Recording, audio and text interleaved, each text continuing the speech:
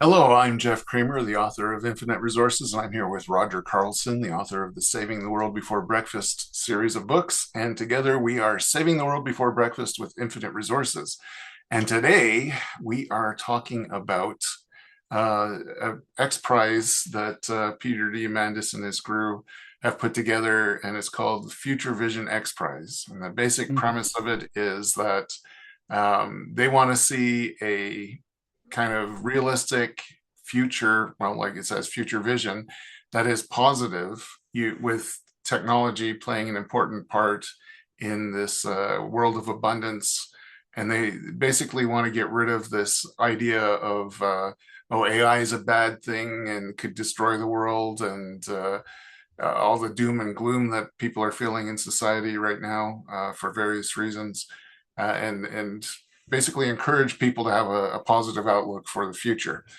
So, um, a friend of mine and I have talked about actually doing a project like this, and essentially what it is make a 3 minute trailer that kind of shows the idea of the movie. It would be uh, a preview essentially of the entire movie, and you would be submitting an, a plot and so forth to go along with your 3 minute movie submission. And the prize, I think there's $3.5 million of total prizes, and the grand prize is 2.5 million or something like that for the winning submission. So there's a fair chunk of change. Last I looked, there were about 3,000 teams that were registered. So I don't have any visions of my movie making abilities winning the day, but I figure what the hell, it sounds like a fun project. Why not get involved? So I've asked Roger to share his ideas on what an abundant future would look like, and what we might be able to incorporate in that submission. Yeah, I'll have that. And don't forget, if for either of our ideas, somebody has some ideas that would be helpful for those, you could give us a call, and we'll have our contact information. We'll say it individually at the end, and we'll also put it written down in the notes in front of things.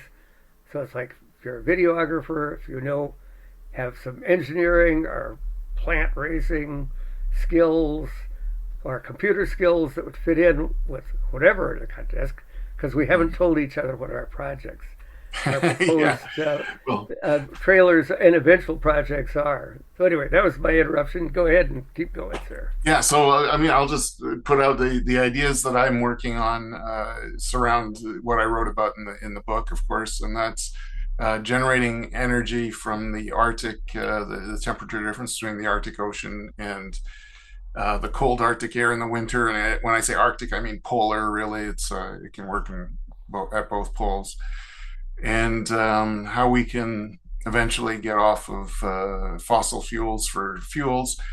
And when I say get off of fossil fuels, people think, oh, I'm anti-oil industry. That's not the case at all. I think we need as much energy as we can, but it makes sense to use clean fuels where we can, less expensive fuels, and I say we should be preserving the fossil fuels, the oil and natural gas, for things like making plastics and other materials, instead of a single use burn, where we can replace that kind of energy with renewables. Uh, and of course, buy the book and read it if you want to learn more on how to do that. But Shameless plug. yeah, well, I mean that's why I got the picture behind me here. So, but yeah, so the other things that I write about in the book are how we can turn the Arctic Ocean. It sounds so ridiculous, but I think it's entirely plausible if we do it at scale. We can turn it into a huge fish farm. And I have a chapter in there or a section in the book that's called "Little Greenhouse on on the Arctic Ocean," or I forget exactly what I called it, "Little Greenhouse on the Polar Ice Cap," something like that. And Excellent. the idea is that in shipping containers you can pretty much grow anything, and if you've got the energy. So what do you need to grow something in a shipping container? You need light for electricity. You need nutritious uh, base for the plants to get their nutrients from. You need to have carbon dioxide. You need to have a warm area and fresh water. Well, we can get the fresh water, we can get the electricity, we can get most of the nutrients right out of the ocean directly, and and the heat as well. So we just use a heat pump, stick it in the ocean, and that's a really simple process overall. So it's just a matter of making it happen and getting the money to do the research to do it right. Other things that I talk about in the book are these polar energy platforms, which extract the heat from the ocean, turn it into useful energy, and radiate the heat into the atmosphere and into space. And to do that, you're basically cycling a whole bunch of water through the system, so seawater.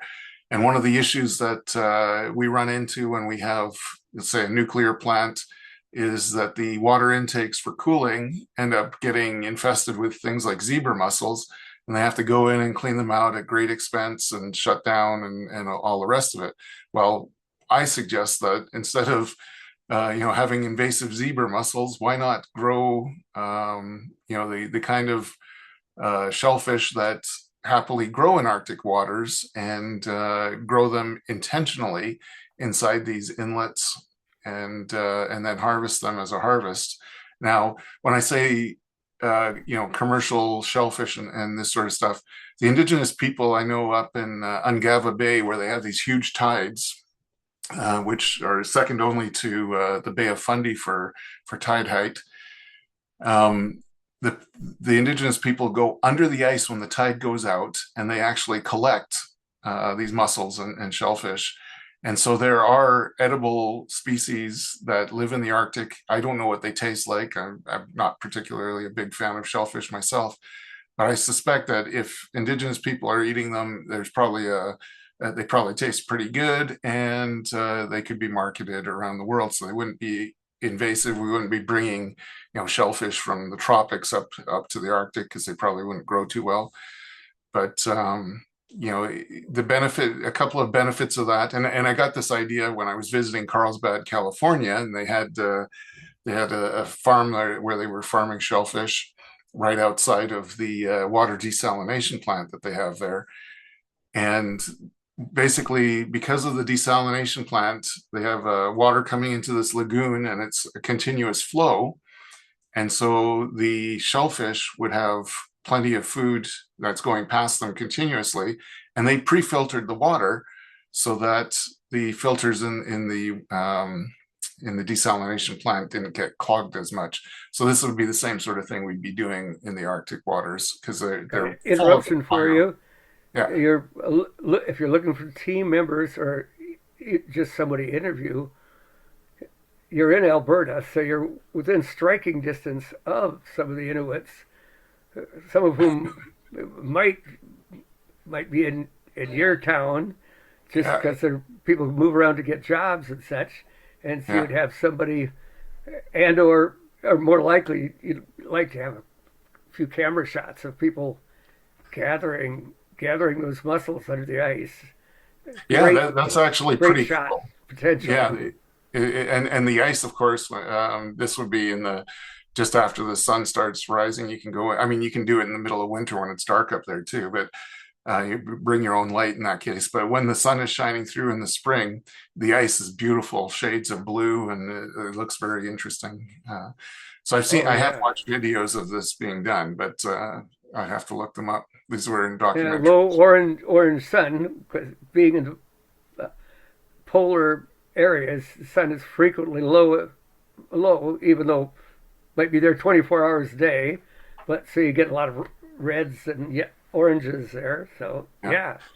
Well, and the other thing, and people don't know this, but of course I've been to Monterey, and I've been to the aquarium, and they have those beautiful kelp forests where the otters live, and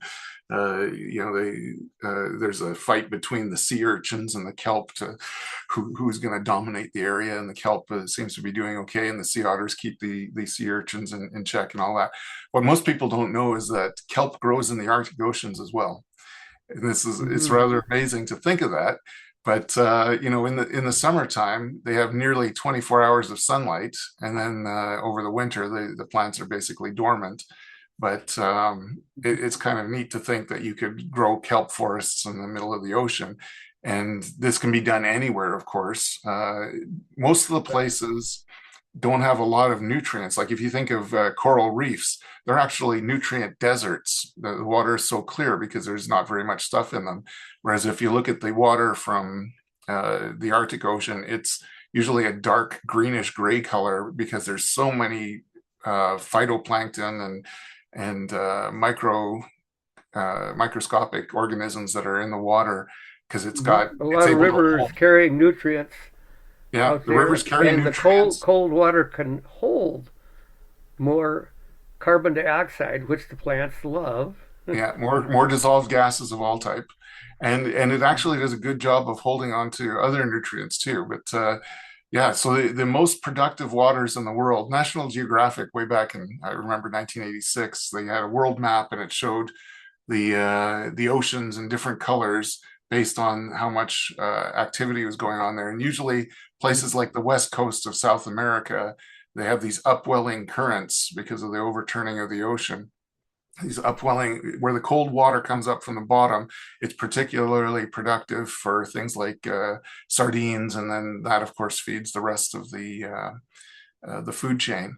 So the Arctic Ocean and the Antarctic Oceans are just filled with krill and uh, copepods and all sorts of little critters because in the spring and the summer, you got all that Arctic ice, the sun is shining through the ice, and you get mats of algae that grow. And one of the other things that's kind of interesting about all that is that the omega-3s and omega-6 fatty acids that we like from our salmon and Arctic char, they don't come from the salmon and the Arctic char. They come from the food that they eat, and that it's bioaccumulated. It's actually produced in the algae, gets bioaccumulated at each step of the process, and then gets concentrated in the fish. Mm-hmm. And so those fish oils are actually algae oils. Yeah, and I'll add to you the nice thing about growing a macroalgae such as the kelp is that they will take up a lot of the potassium and things that if you're doing any serious growing of fish or shellfish, they're going to be essentially peeing out a lot of nutrients, and you don't want too much, or you get bad, bad algae that can be poisonous in their own right. So you've got to have the plant. If you're doing serious aquaculture, you want plants to go along with it, and Mm-hmm. plants like kelp, which is a temperate to polar species. In the tropics, got to have some different plants, but that's a whole other story. But Yeah. kelp is an ideal one for you.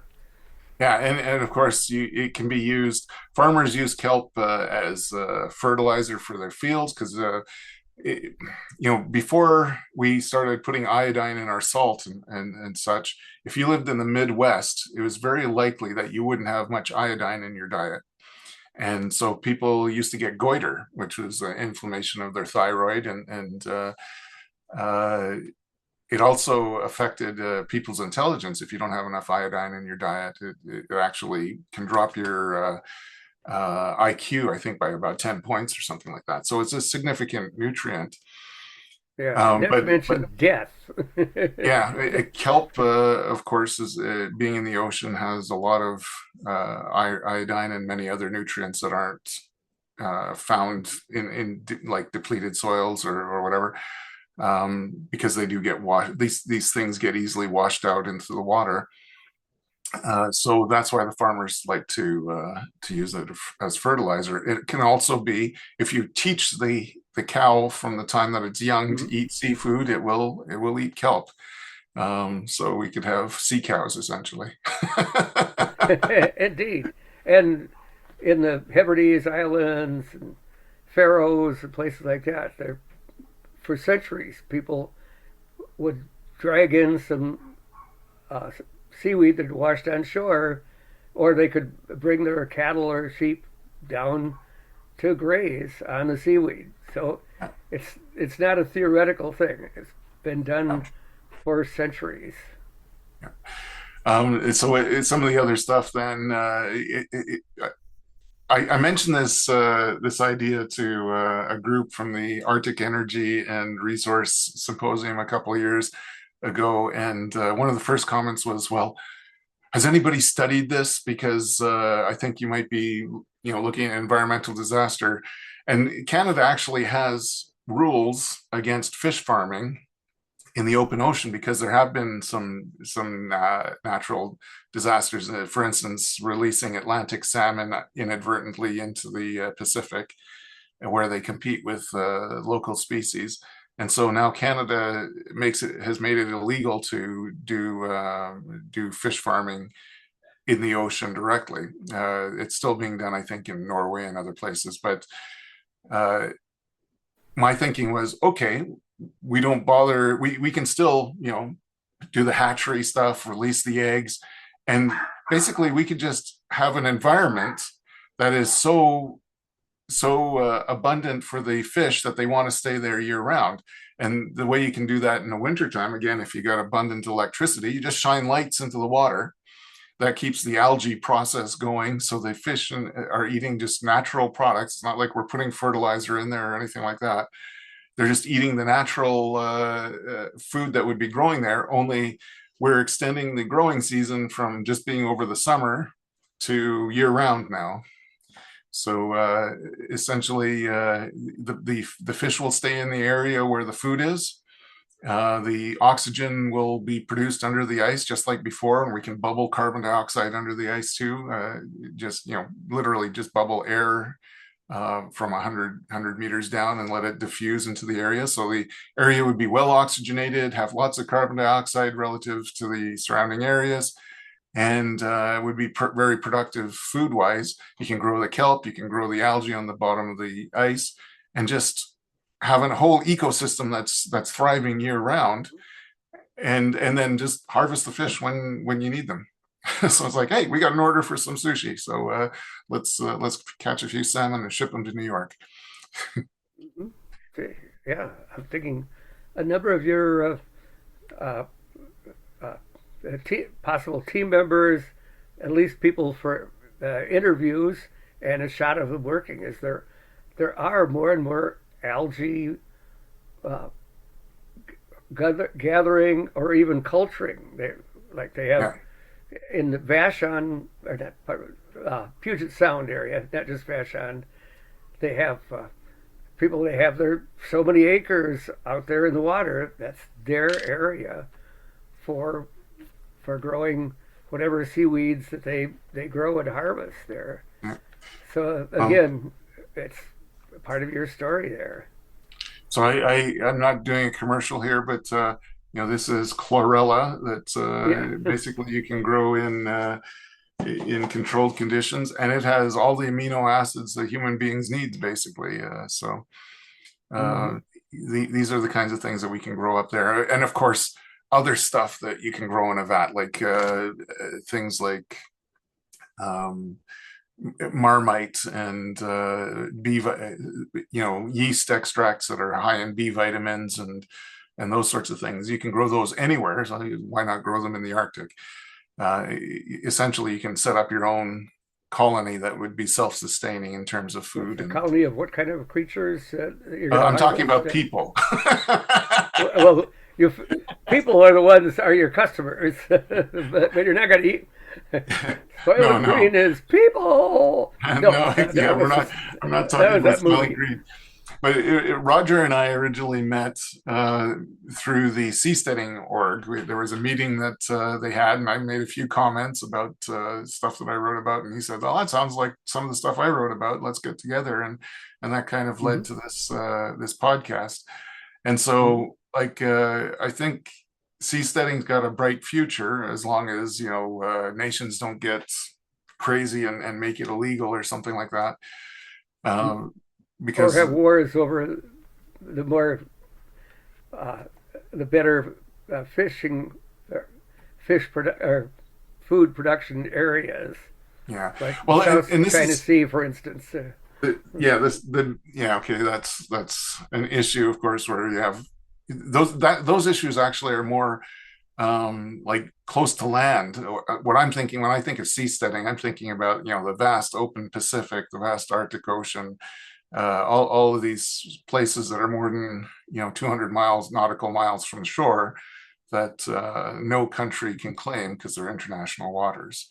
Mm-hmm. And if you have a situation like that where you're able to draw up some of that nutrient rich cold water from the deep and use that for fish farming, you can set up a self sufficient society, whether it's in the Arctic or in the tropics, doesn't matter.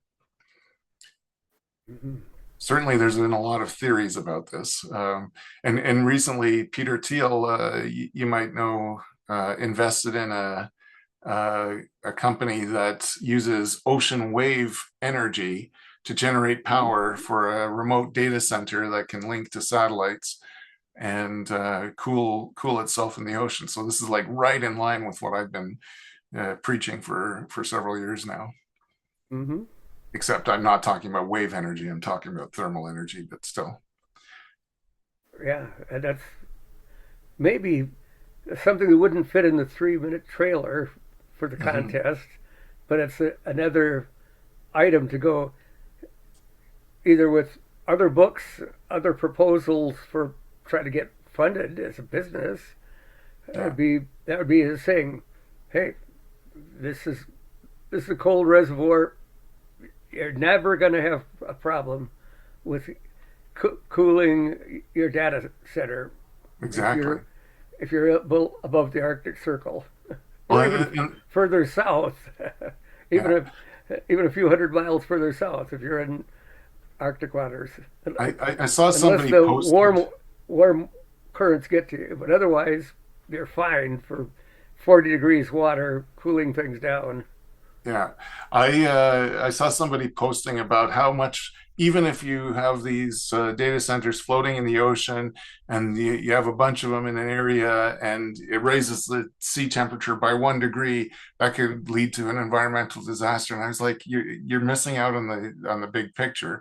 And I responded and said, I've got a proposal where um, not only would it cool the ocean as opposed to warm it up, but you would be able to extract all the energy you need from it and all the rest of it. And operating data centers in the Arctic is a double bonus because you can recoup some of that heat energy that normally you have to use electricity to get rid of and use it instead to produce more power. So uh, from the Mm-hmm. calculations I've done, for every electron that you put into a computer chip for compute. If you're doing that on a land-based system in California, you have to pay for the operation of the data chips, and then you have to pay for the cooling. Well, the cooling is free in the Arctic, and you get the bonus. So literally, you get twice as much energy or compute for every electron that you put into the system. So I think there's a good argument for shipping our databases up to the Arctic Ocean.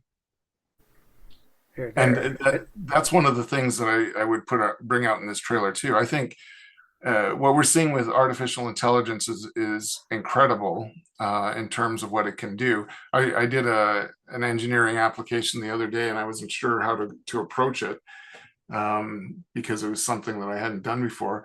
But I asked for a step by step explanation of which how to do this thing, and it gave me an answer, and I was like, wow, that's impressive.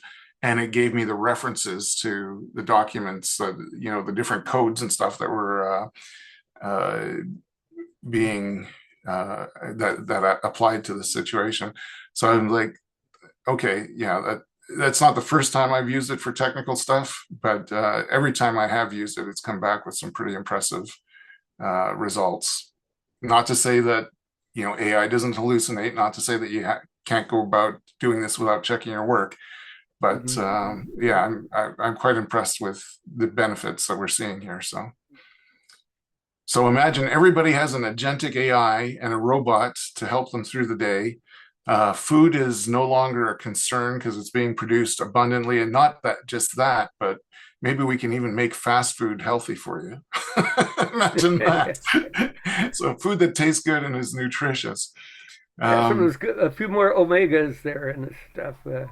I wonder, if we started eating salmon burgers that were not farmed in the sense of farming with fish artificially, where you're feeding them like grains and stuff, and they don't have the natural omega-3s, and they have pesticide residue and stuff in them, but rather doing it the natural way that I'm describing. I Mm-hmm. think there would be not only a huge market for it, but I think that we could start changing people's appetites too.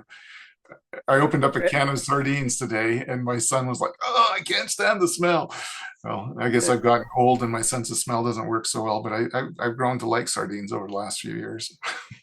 Okay, yeah, and of course, again, going back to Canada, Scandinavia, Siberia, going all the way across to Scandinavia, there are a lot of people that have a good interest in fish.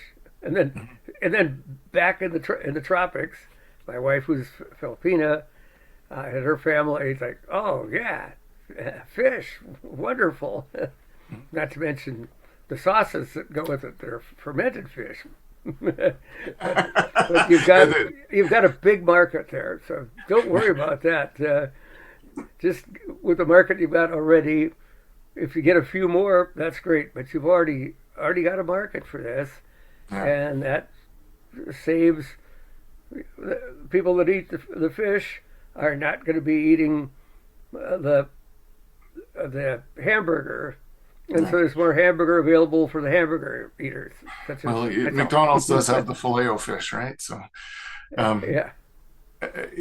I'm very fond of sushi as well. So there's that as well, and the market for high quality salmon in Japan and other places is really impressive. Now, if we can, I heard there was an Australian company that was looking to farm bluefin tuna. If they're successful in that, that would be quite interesting.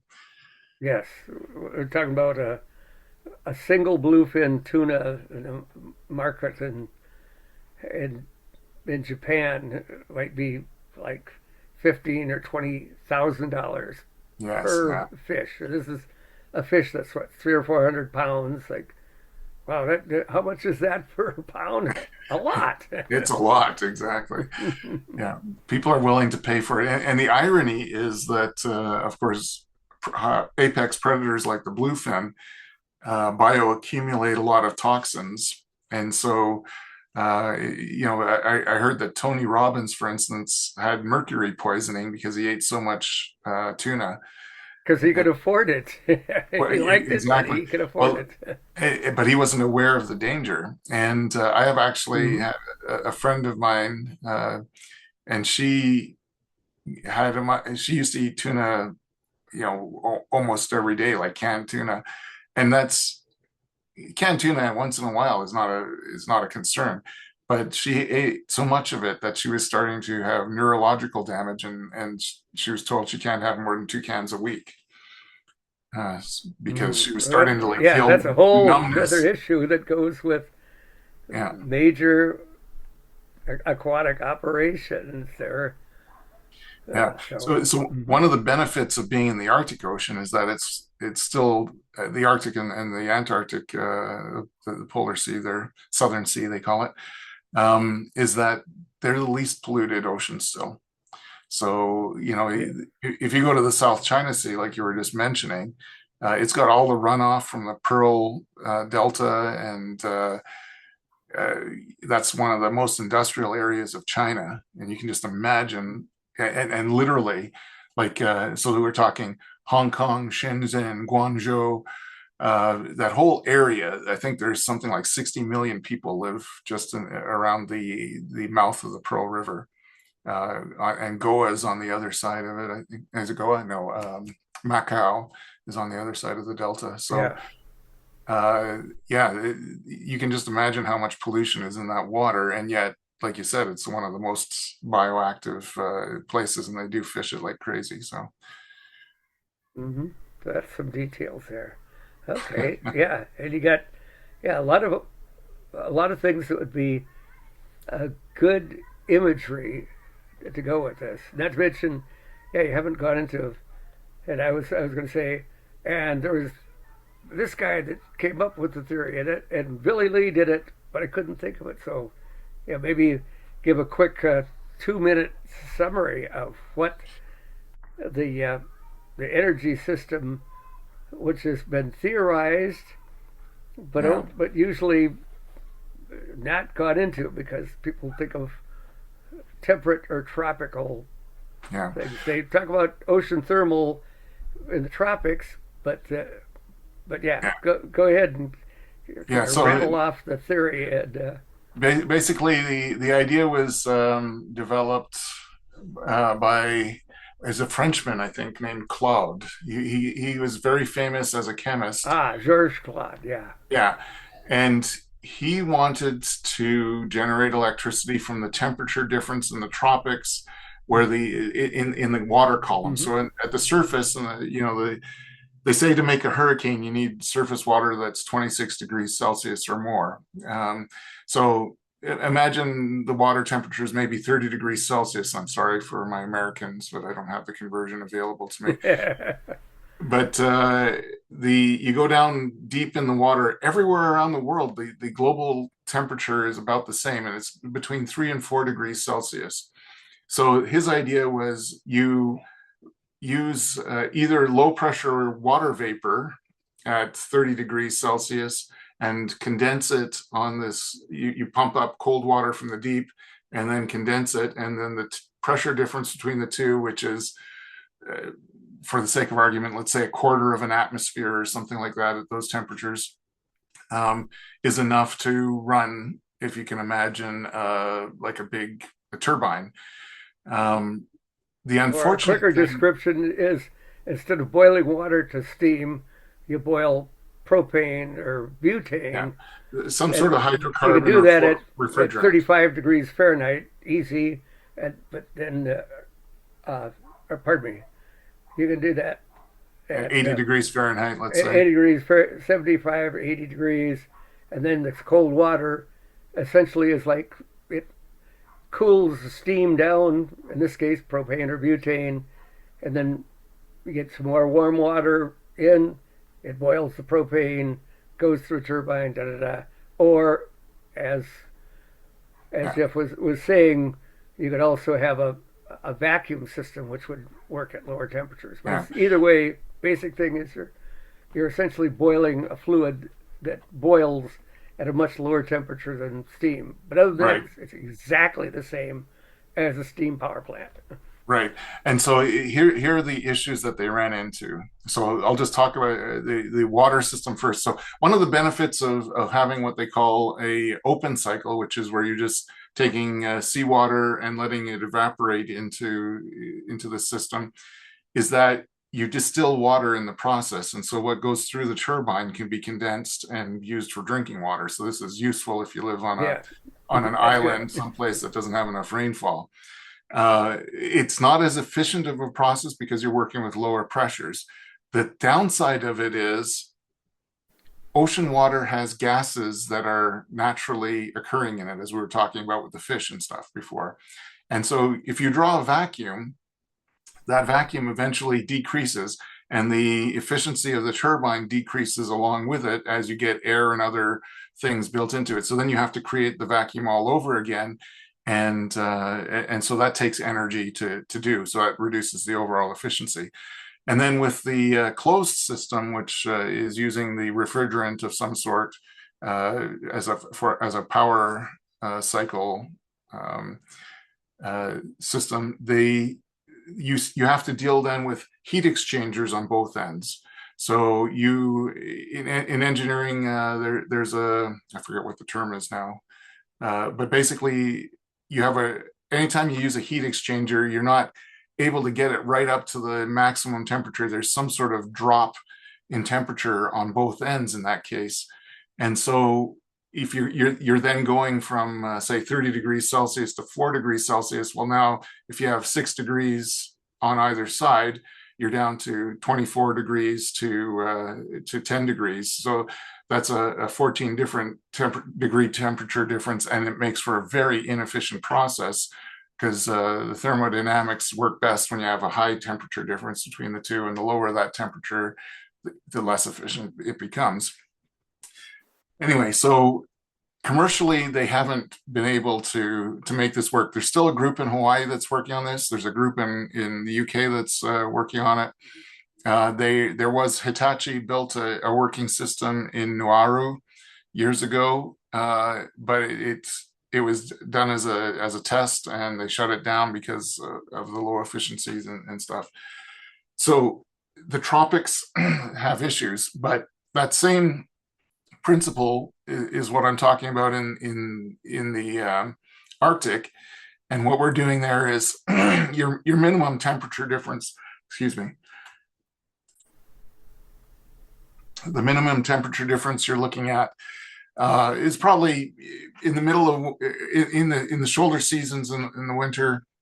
It might be minus 20, minus 30 in that temperature range outside, and the ocean water, because it's salt, freezes at about minus 2 degrees Celsius. So in the shoulder season, you're going to have a small temperature difference, but when it gets into the high Arctic in the middle of winter, you can have temperatures that are minus 60 quite regularly. And in Antarctica, where they get these katabatic winds blowing off of the glaciers and stuff, the lowest temperatures measured were on land were something like minus 89 degrees Celsius. And from satellite, it was measured at minus 93 Celsius. Yeah. So it Bottom can get line, quite low. bigger temperature difference for this system than in the ordinary ocean thermal energy conversion that we've heard about. Exactly. So it's polar ocean temperature. Yeah, I call it OTEC, ocean atmosphere temperature differential energy conversion. And the because of the other thing that plays into it is thermal efficiency depends on the ratio of the hot temperature to the low temperature. And the closer you get to absolute zero, the more efficient it gets. So, I mean, we're still far away from absolute zero, but when you're working, from say minus 2 degrees to minus 60 degrees, that takes you closer. And so the ratios work out in your favor that way as well, in a small way. But anyway, so that's the energy side of it. And the other thing I'd like to say is, so if you imagine a wind turbine, the largest commercial wind turbines are about 10 megawatts right now for a single turbine.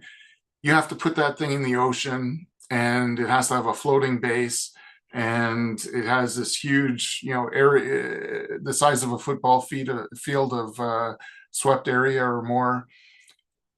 And for that same footprint, you can put your heat exchangers deep into the ocean and have your heat exchangers sticking into the atmosphere, and you can produce a gigawatt of power or more. And so the idea is it's very scalable. You can have thousands of these.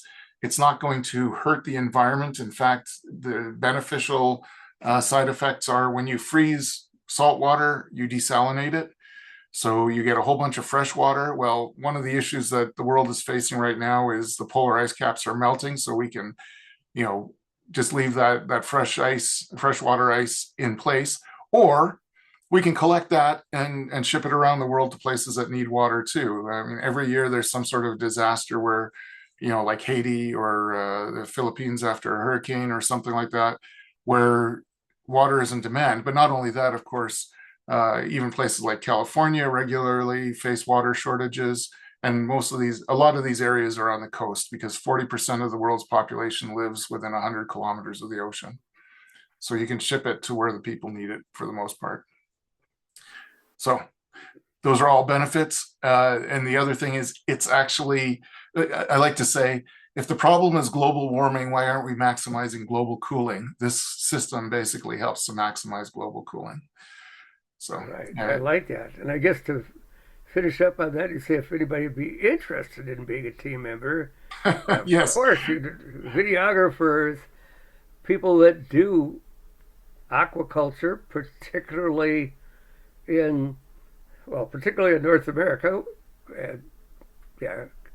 Canada, which is close to you, or you're Ballywick. Even though Canada is so big, it's still a long way for you to get to the Arctic coast. Oh, well, yes. People that would do that, videographers, hey, people that do animation things, and the CAD showing Yeah. of how your cycle would work and so on. That would be a bunch of things that because the first thing is just a 3 minute video, Right. Well, and so it, but there would be, if they get the contract, or even if you got a team together and they're interested in doing more, that would be the people that on your own, with help with from people like me or people you could recruit. You could make your own video, which would go a long way to selling this concept, because yeah. building real stuff ain't easy. PowerPoints we can handle, and as Elon Musk once said, it always works on a PowerPoint. but the real world is a little tougher. Yeah, it always works on PowerPoint. I like that. Yeah, I've got a few PowerPoints there where it works really well. yeah. There you go. Meanwhile, so ready for me? We've burned up an hour on good stuff of yours. Absolutely. I want to hear your ideas because, yeah, that's kind of like, if I use some of your ideas in the production of this thing and we actually win, which I think is like a real long shot, just so we're clear on that. But if I actually win, I'm happy to share the wealth. So Okay, yeah, we'll share the wealth or the poverty, but we're working on stuff we love. And the thing I was doing was of course, I wrote "Saving the World Before Breakfast," a better Green New Deal, because I was watching that. I said, "Hey, great! We're going to stop. We're going to pull some carbon dioxide out. And that'll keep things in it. Oh, what's the bill? Oh, dang, that's pretty expensive. So, how about more efficient ways of doing it?" So that was that book.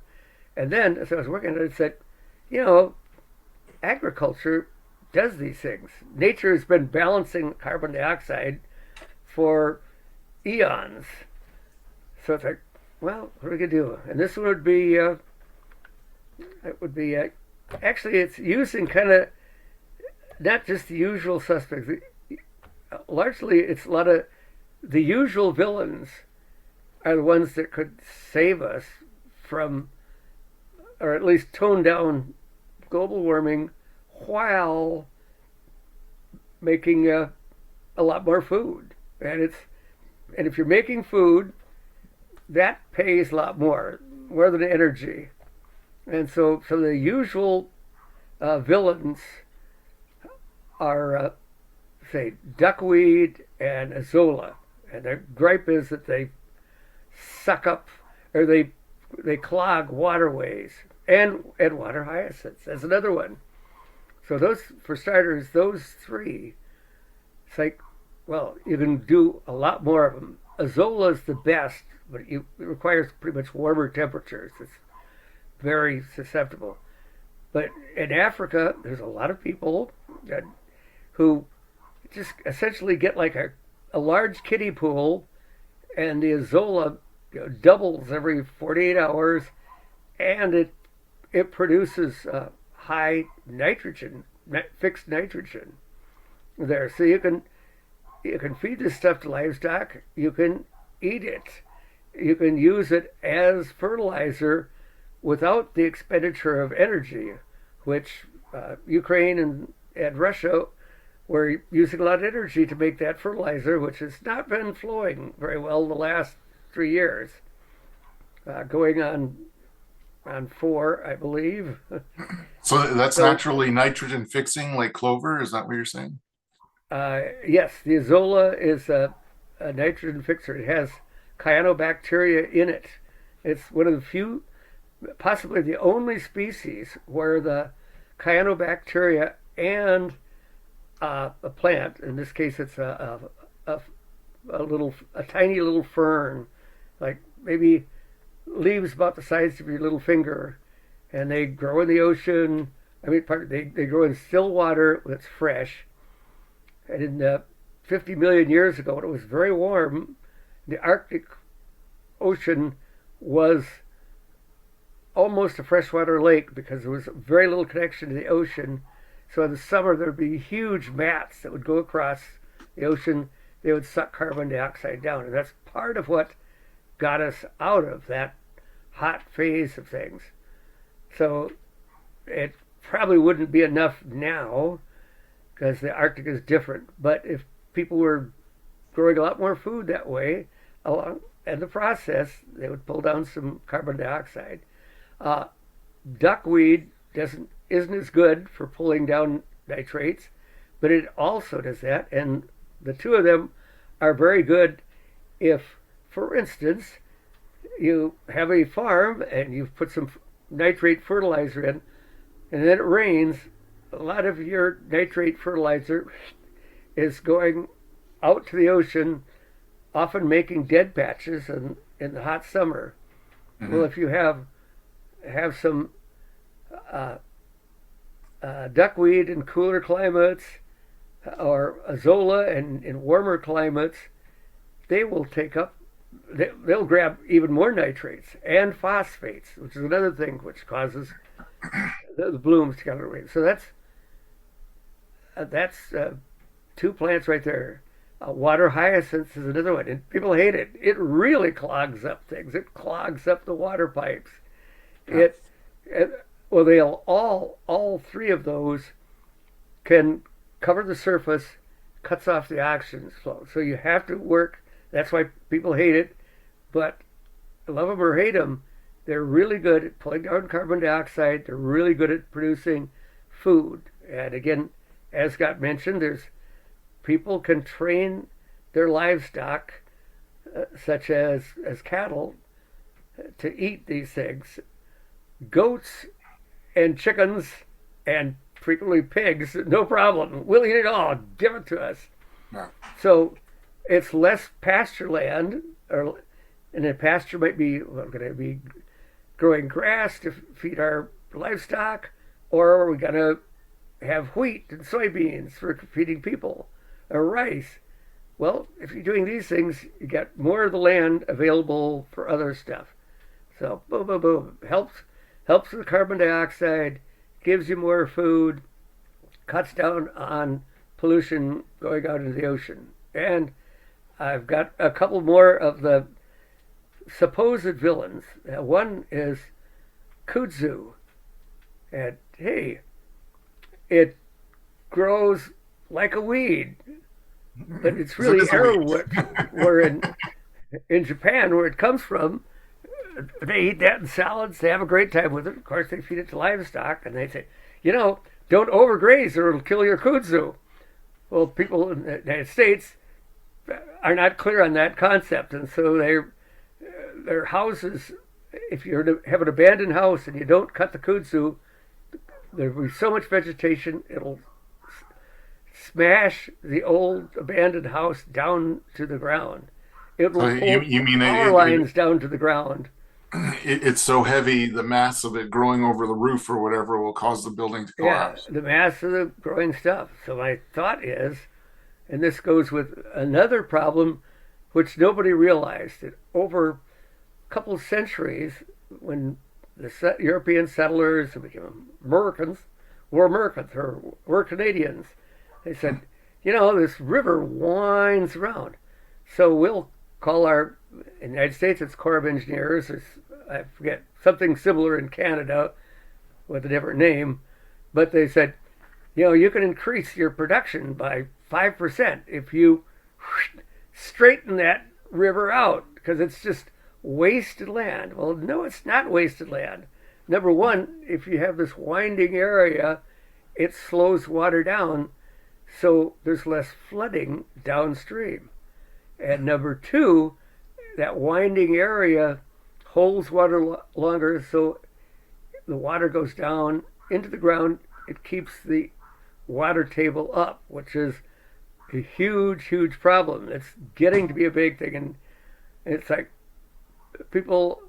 it starts happening now, and it'll be more common. Like, oh, why has God done this to this? The ground is sinking.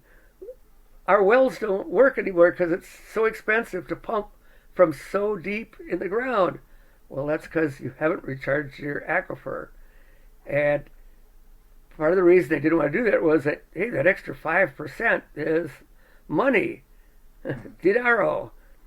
Well, if you have a crop that works there, uh, and there are a number of other ones, but one that sticks in mind is go with what the Chinampas that they had in Mesoamerica. Aztecs best known for it because they were running the place when the Spanish arrived. Well, you can have a lot of curvy things built in there, and on the banks of land, you have like a topiary. So there's an area for the kudzu to climb up and hold on to things, Mhm.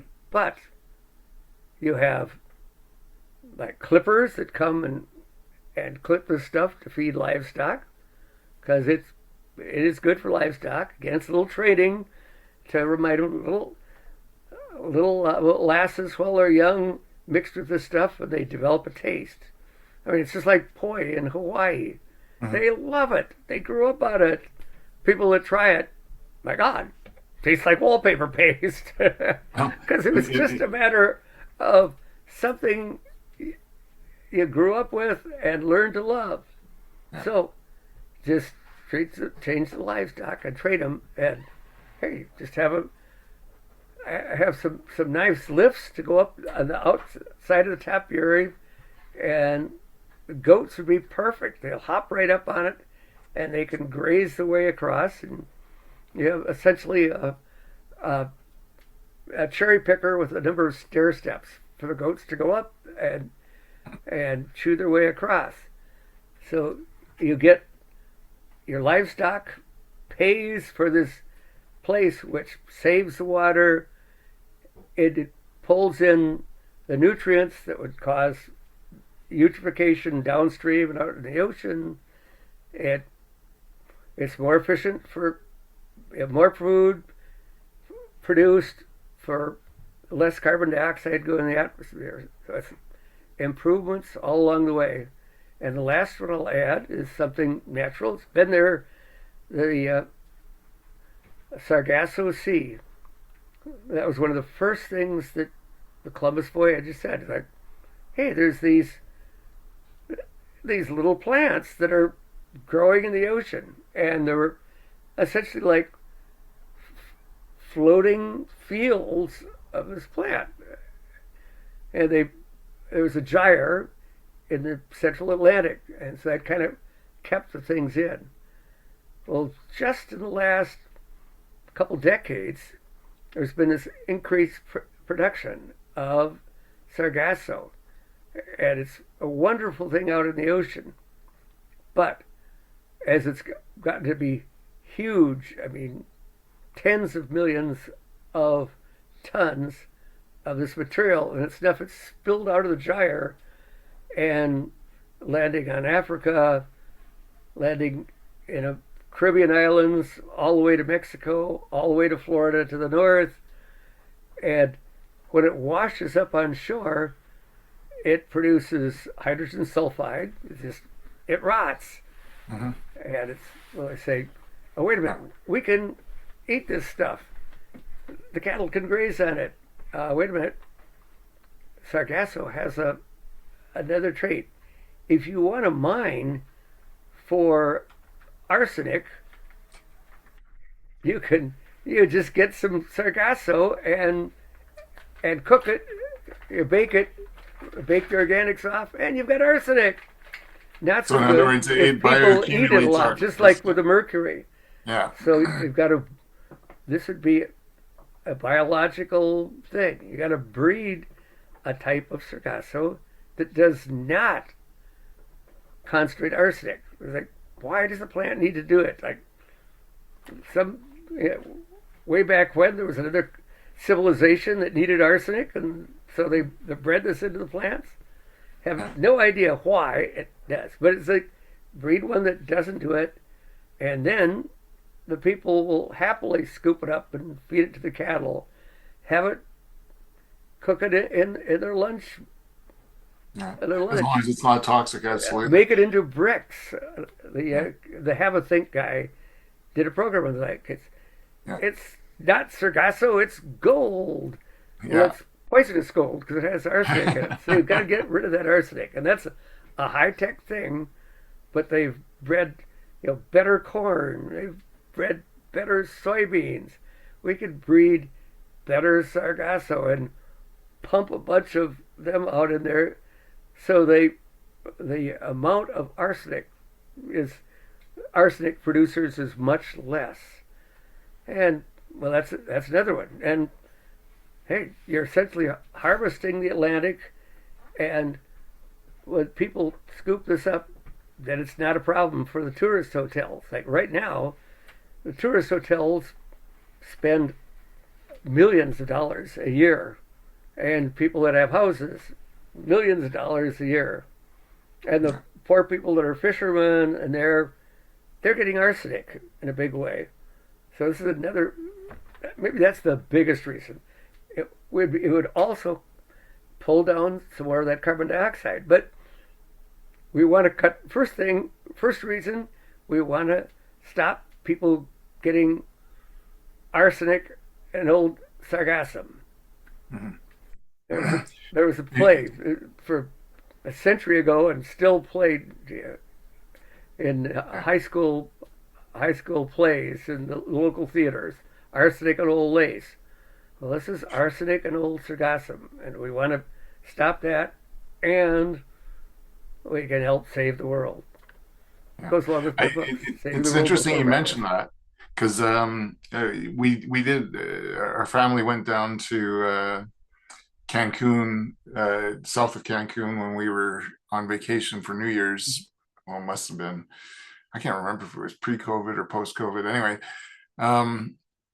it was quite a while ago, but every morning they had a crew that went down to the ocean and raked off the sargassum from the stretch of beach. That was, when there were several of these resorts side by side, and they basically cleared off all the sargassum. And when you went past the resorts, if you kept on walking on the beach, all of a sudden you saw it was littered with not only sargassum, but bottles and styrofoam and all sorts of other stuff that washed up. But yeah, like you said, it's a small industry just to keep the beaches clean for the tourists there.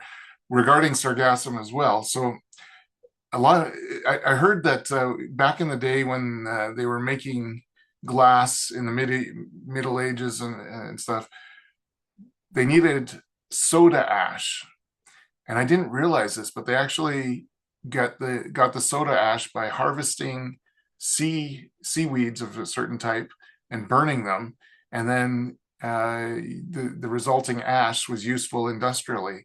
And so this is how they would produce some of the stuff a long time ago. I don't think it's economical to do that anymore, but it's an interesting thought. Better production places, because particularly in California, there were these huge lakes during the glacier times. Yeah. California was wet like Vancouver, like British Columbia and Seattle, places like that. But as it dried out and warmed, these lakes evaporated.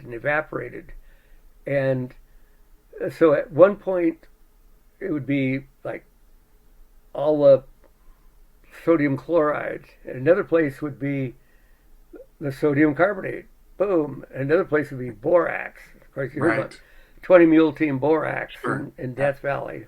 There's a lake in California where, besides Epsom salt, sodium sulfate, that was another layer, sodium sulfate, Epsom salts, which is a much lower value, but it has some uses, and you'll see it falling off the road on the way from Lake Searles Lake is a place where they're still processing it, and they companies they get sodium carbonate and sodium sulfate, and that's just by the hundreds of thousands of tons that have been mined out of there, and so the layers are there that can dig down, or they do solution mining. They pump some hot water down to the place where they got the particular salt they want, and go for it.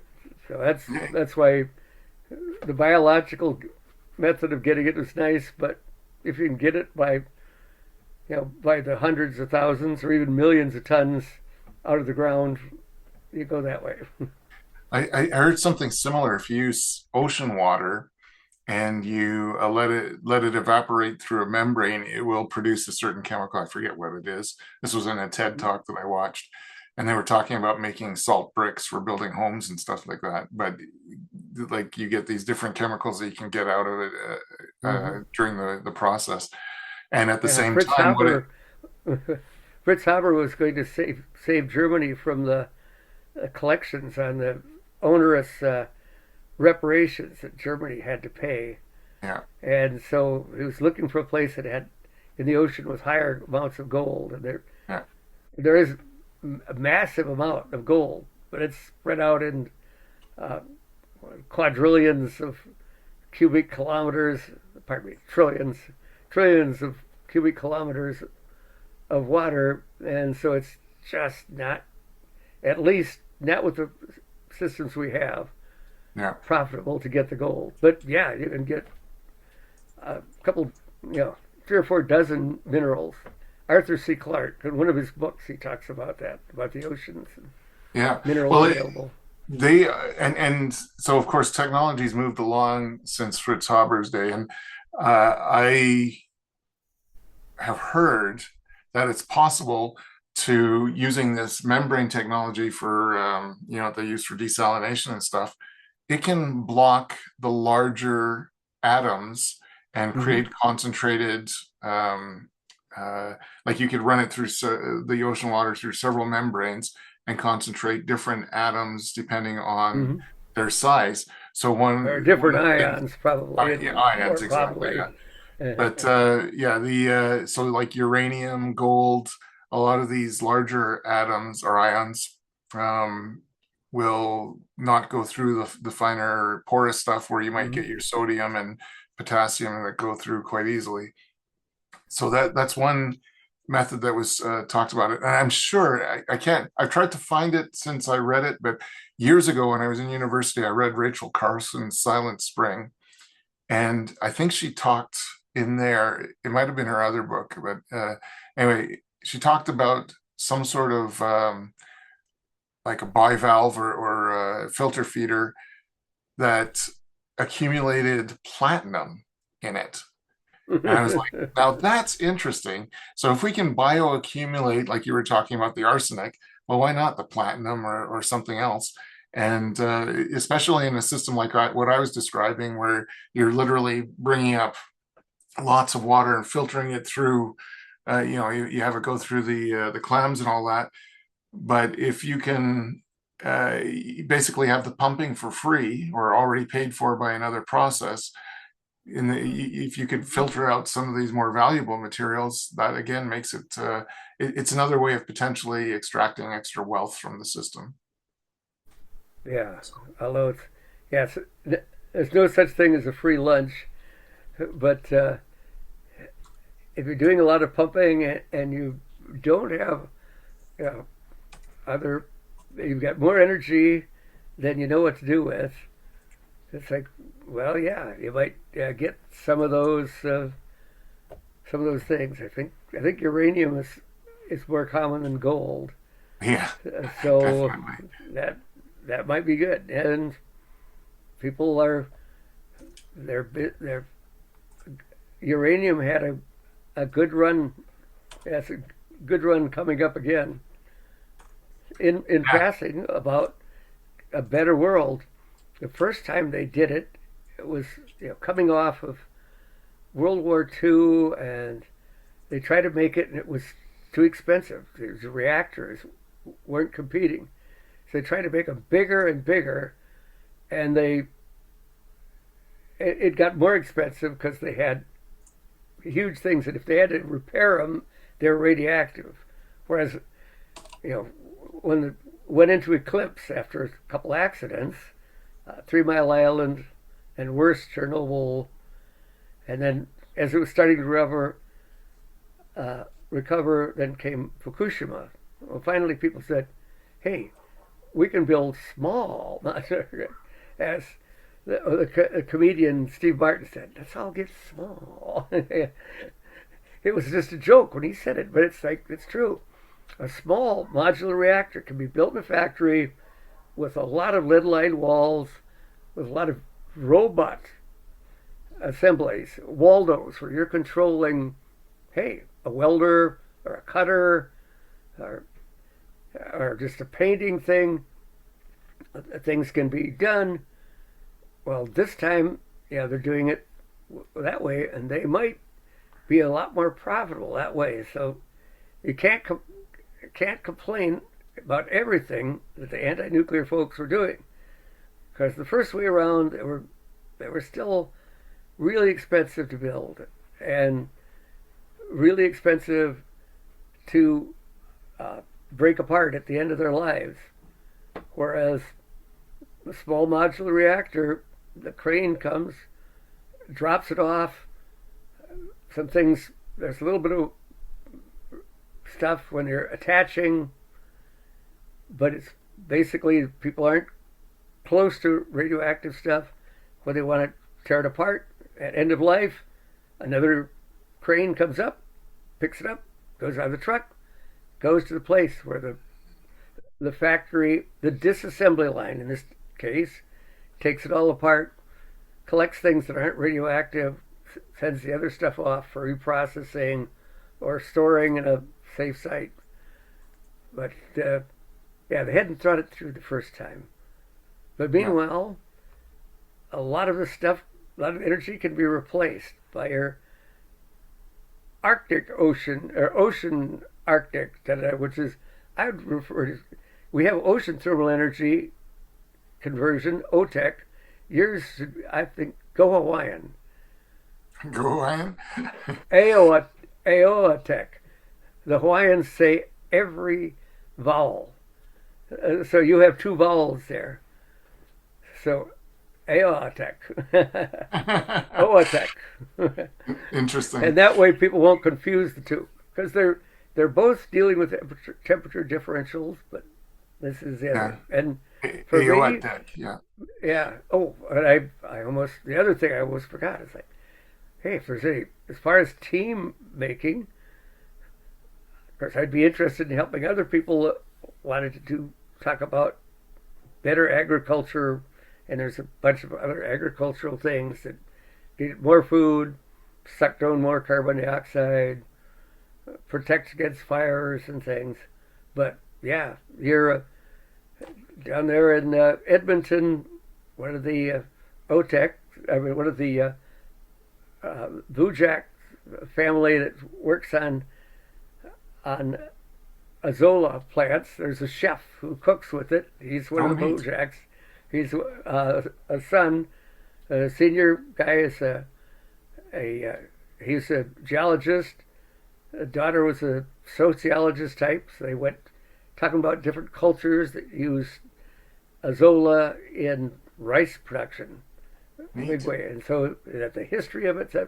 So those people would be great for interviews.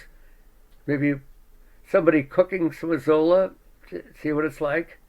Well, that sounds like you can go down to Edmonton. It's not far for you. I might even be able to drive, fly in, and who knows? It might accidentally happen when the Calgary Stampede is going on.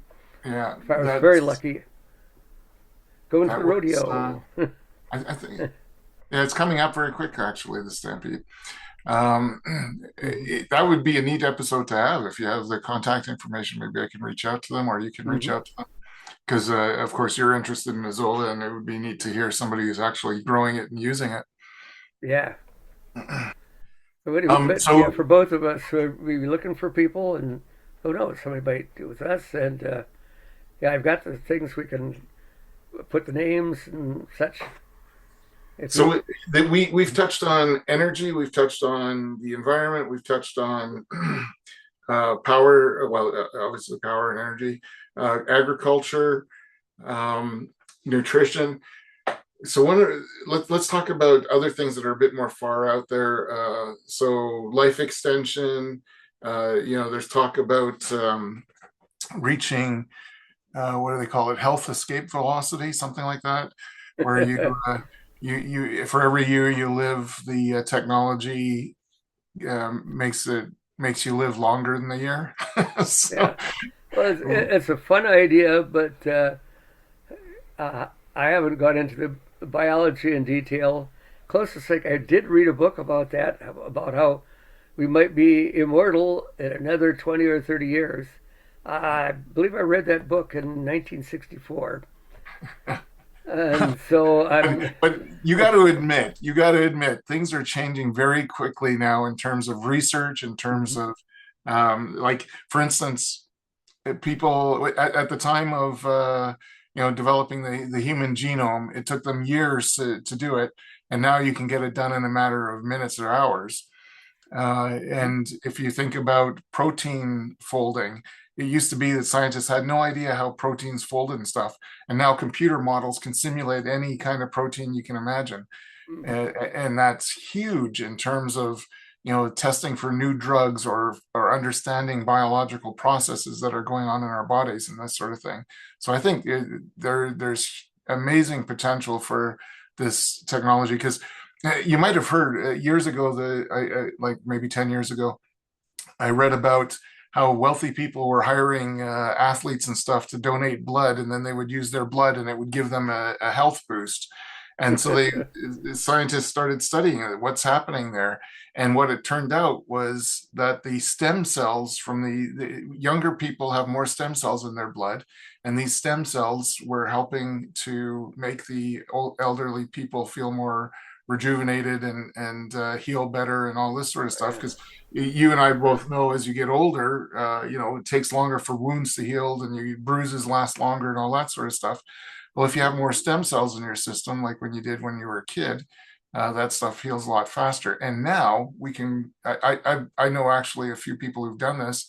They've gone to Mexico to get stem cell therapy, and to boost their health and this sort of thing. So imagine if we could do that every month, and how that would affect our health, just as one example. that'll be good. But we have it's eyes on the latest X Prize. So it's eyes on the X Prize. And it's Diamandis who the prize for the first spacecraft that got to, was it 50 kilometers or higher twice in 48 hours. Twice in two And weeks. that changed the whole paradigm, like a hammer hitting a crystal glass. Yeah. And suddenly there were companies like SpaceX that were saying, hey, a commercial outfit went to space and won that prize. We can be a commercial outfit. And this is the same way we're going to particular things. In fact, this is, I think, by August 15, I believe, was the deadline for getting this short summary of what the thing would be. And you're talking about the polar thermal, polar ocean temperature conversion. I'm talking about a number of plants, the aquaculture, and essentially weed culture is what it is. Anyway, a number of plants that could be used more for a number of things. So those are our two things that we're focusing on. Yeah. And if we got some medical people, we could talk about life extension. If we talk about going into space, if we can find some of the species and whatnot. But we've got July, half of August, and 4 more days here. So maybe at most we've got a month and 3/4 to do our things. Hey, people that want to help, give us a call. We'll have Saving the World Before Breakfast is my website, and you have infinite resources for years. Yeah. Your website, I think, .com for both of those, and we'll put it in the notes in this stuff, and I'll hopefully post and I'm some happy stuff. to Now, if connect you want with. to do a write up, that'd be even better, like about maybe 100 words or 200 words with the Sure. contact information. Yeah, I prefer to be contacted through LinkedIn, as opposed to giving out my phone number. But the Okay. yeah, that was probably the best way to get a reach of me. LinkedIn is good. That's oriented to business people are big on LinkedIn, so that is a good one to be in. I'm I'm marginally in LinkedIn, but I'll take emails and that, or even a call on the phone. Yeah. Who So knows? there's a lot of I things. met you, and we've done a bunch of podcasts. Yeah, there's a bunch of stuff we could have gone into. As I understand it, this is supposed to be kind of like a story that could be marketed as a movie. So we're looking also for potential conflict, but it should be a positive Hmm. trajectory. So yeah, at the end of the movie, you're supposed to feel good about life and want to get out there and live to longevity, escape velocity. There you go. So, Or so at you can, least better. Well, yeah, I would yeah, be happy and with just better if we get some more food, some health, and or some healthier food, and pull down a little bit of the carbon dioxide. Although CO2 is a good thing. It's like you can yeah, grow a lot more. In fact, they say we might have famines today if it hadn't been for that extra carbon dioxide. absolutely. So Yeah. maybe that's the positive thing to end Well, on. I think it's a fact that if not for the green revolution and the artificial fertilizers, there would be famines in the world. The Yeah. From what I understand, half of the nitrogen in our bodies and our proteins comes from artificial fertilizers. So Hmm.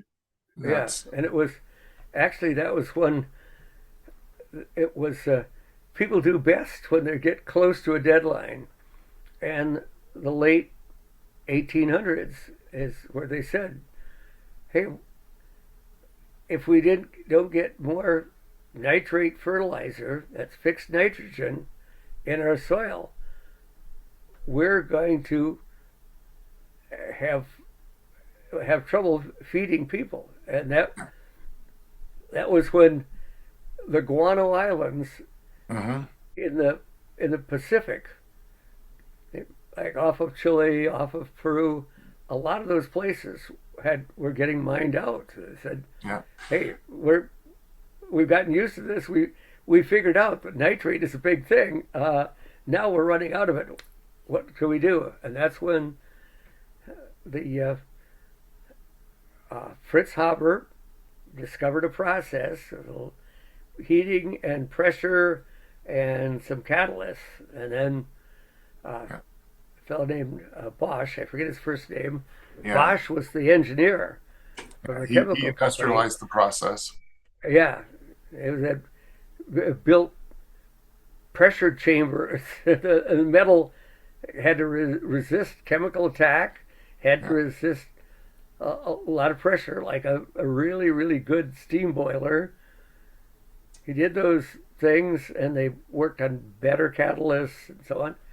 That was apparently that was the biggest research project ever done before the Manhattan Project that made the atomic bomb in World War II. So this was something like in the early 1900s, and that did pre- prevent famines.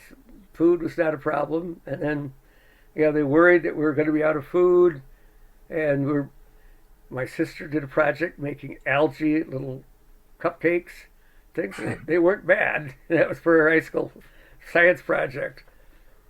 But then uh, Mexico and this researcher from Iowa, Norman Borlaug, developed miracle rice or miracle wheat, and then people in Asia saw that they developed miracle rice, and doggone, the algae cakes have never been used, but it's there if you want it. We can use You've them got eventually. chlorella or spirulina nutrient things, but it could be industrialized to be made by the millions of tons. Yeah. So if we get to fix those things are there. There's ideas that suddenly get real important, and who knows? Maybe one of our ideas might be added, and there'll be more reports to other people. Meanwhile, we've done about Yeah, an we're hour pretty much and done. 40 I, minutes, so I think I, I just Oh wanted to yeah, add a little thing because we touched on it a bit earlier. The island country of Nauru yeah. made its fortune from selling bird guano. And back in the 70s, the average per capita income was about $70,000 a year.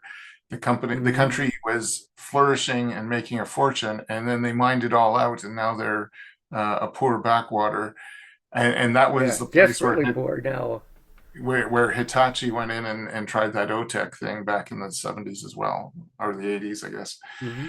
But Yeah, they anyway, had their own airline when they were rich. exactly, exactly. the It's a rather the amazing story. petrostates in the Middle East kind of look at that. That's one of the things they look at. They say, "We've got to develop something else. This is not going to Yeah. last forever." Well, the UAE is doing a good job of that. I think oil only accounts for about 40% of their economy now. So, Okay, well, good for them. yeah.